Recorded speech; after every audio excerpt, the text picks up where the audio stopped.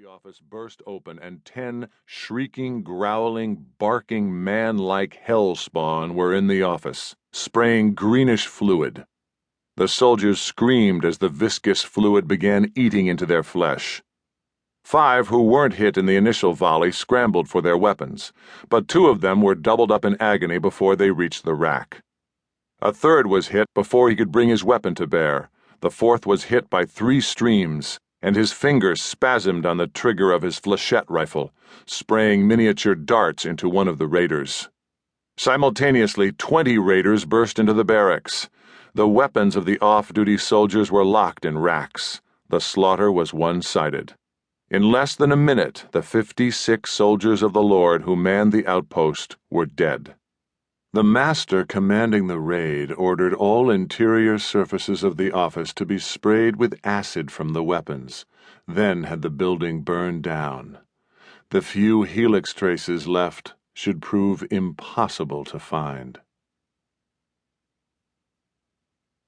Colonel Israel Ramadan, deputy commander of 34th Fist, believed firmly that a Marine officer should at all times demonstrate austerity in his personal lifestyle and official conduct. But Colonel Ramadan had one weakness, if you could call it that. He loved fine cigars. That morning, as he sat at his desk reviewing the incoming message traffic from Fleet, he decided to have an anniversario. Carefully, the colonel clipped the end off his cigar and struck an old-fashioned sulfur match. He drew slowly as he rolled the cigar over the flame, drawing in the rich, aromatic smoke and exhaling luxuriously. Wreathed in cigar smoke, Colonel Ramadan briefly reviewed the incoming message traffic on his screen. Suddenly, the computer bleeped and a yellow warning flashed across the screen. SPEACAT, eyes only, Company 34th Fist. Oh, shit, Ramadan muttered. A deployment order. He set the cigar in an ashtray and typed in his password. Only he, the F2 and F3, intelligence and operations officers, and Brigadier Sturgeon were authorized to read special category messages, and the F2 only got them if he and the Brigadier agreed he should see them. The message flashed on his screen. It was very short, but he had to read it twice. Print, he said to the system. Then delete.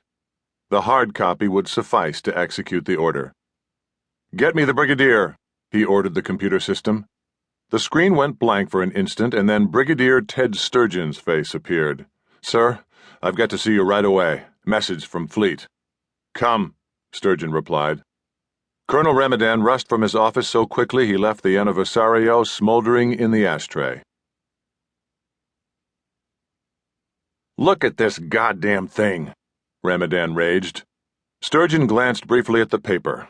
It ordered Captain Louis Conrado to report to Headquarters Marine Corps in Fargo on Earth by the quickest possible method of transportation.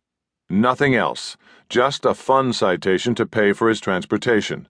Sturgeon sighed. I know what this is, Ram. Please sit down. Colonel Ramadan did not know what had happened to Lima Company on Avionia. The only reason Brigadier Sturgeon knew was because General Kazambi, the Army general in command of the operation, had stopped on Thorsfini's world and filled him in on the details on his way back to Earth. Now Sturgeon told Ramadan. The colonel took it all in silently. So I guess despite this Army general's promise, this Hoxie woman really has filed charges against Lou for letting her guinea pigs go. Sturgeon slapped the order with his hand. They're keeping us here on Thorsfini's world like lepers, quarantined, because we have knowledge of alien sentience the government wants to keep quiet. That's what I found out when I went back to HQMC. All right, I accept that. But this, he slapped the paper again. This crap goes too damned far. They're taking away one of my best officers because some dried-up old... He let the words trail off. Then, okay, Ram, get Van Winkle at battalion. Tell him to have Lou report to me personally on the double. Back in his office, Ramadan discovered the anniversario had gone out. He relit it. These were the only cigars he knew of you could do that with and lose none of the flavor. He got Commander Van Winkle on the system.